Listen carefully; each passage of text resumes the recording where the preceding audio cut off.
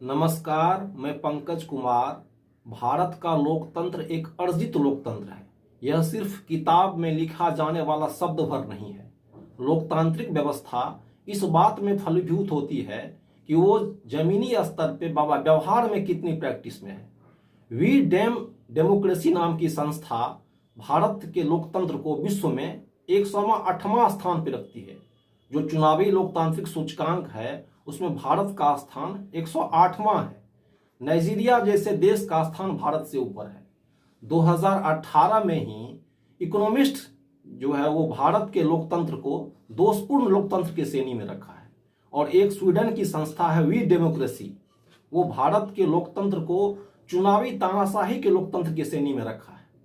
तो इतना स्पष्ट है कि लोकतंत्र का लेवल जो है वो गिर रहा है।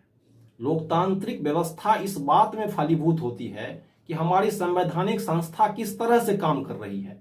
यदि आप संवैधानिक संस्था का बात कीजिएगा तो न्यायपालिका के यदि लीजिए तो कुछ दिन पहले ही सर्वोच्च न्यायालय के 4 न्यायाधीश प्रेस के सामने आते हैं और वो स्पष्ट स्वीकार करते हैं कि अंदर कुछ ठीक नहीं चल रहा है। और जिस तरह से रिटायरमेंट के बाद न्यायाधीशों की राज्यसभा में या ऊंचे ऊंचे पदों पर नियुक्ति हो रही है, या हाल फिलहाल में आप बंगाल का मामला देखिए तो वो कुछ ठीक संकेत नहीं है, सबके सामने है। रही बात चुनाव आयोग की, तो चुनाव आयोग स्पष्ट रूप से कह चुकी है कि हम राजनीति में अपराधीकरण रोकना चाहते हैं, लेकिन मेरे पास कोई ठोस कानून नहीं है। इसी तरह से जब चुनाव के दौरान आचार संहिता का मामला आता है तो उस पे चुनाव के दौरान खूब चर्चा होती है, लेकिन उस पर क्या अभी तक कार्रवाई हुई है हमको नहीं पता है। आप यदि मीडिया को लोकतंत्र का चतुर्थ स्तंभ माना गया है, लेकिन जो रिपोर्टर्स विदाउट बॉर्डर है वो 2023 के आंकड़े में कहती है कि विश्व के 180 देशों में भारत के मीडिया का स्थान 161वां है। जो मीडिया अपना आवाज नहीं बचा पाई वो लोकतंत्र का आवाज क्या बचाएगी। और यदि आप देखिए कि कानून व्यवस्था किस तरह से काम करती है, तो जो यूएपीए के मामले हैं वो 2022 के पीछे 7 सालों में 2022 तक का जो डेटा है, पिछले 7 सालों में 6900 मामले दर्ज हुए, जिसमें महज 159 को दोषी पाया गया। स्पष्ट संकेत है कि जो ये कानून है ये बद से बदतर है। निर्दोष को फंसा के जेल में डालने का एक कानून बन गया है। स्पष्ट तैयारी नहीं है, किसी को निर्दोष को जेल में डाल दो यूएपीए के तहत, नहीं तो ये रिकॉर्ड 6900 में अभी तक 159 को ही दोषी नहीं माना जाता है।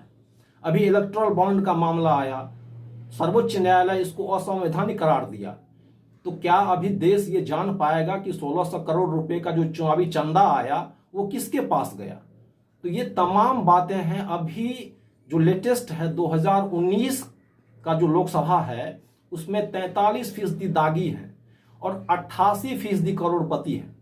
2004 के लोकसभा में 55% करोड़पति थे, 2014 में आके वो हो गया 82% और 2019 में 88%। यानी धनबल और बाहुबल जो है वो सांसद में जाने का रास्ता बन गया। क्या पूंजीपति होना जो है ये सुनिश्चित करता है कि आप संसद में जीत के जा सकते हैं। 88% करोड़पति है अभी का 2019 में जो हमारे जनप्रतिनिधि हैं।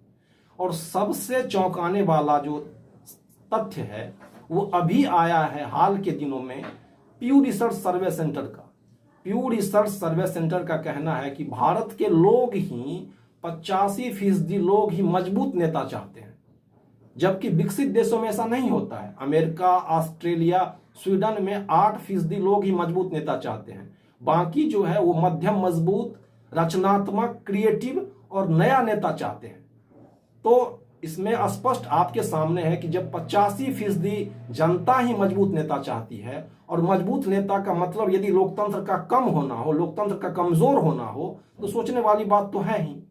सुदामा पांडे धूमिल कहते थे कि हमारी सांसद तेली की वह घानी है जिसमें आधा तेल आधा पानी है। नमस्कार, मैं पंकज कुमार।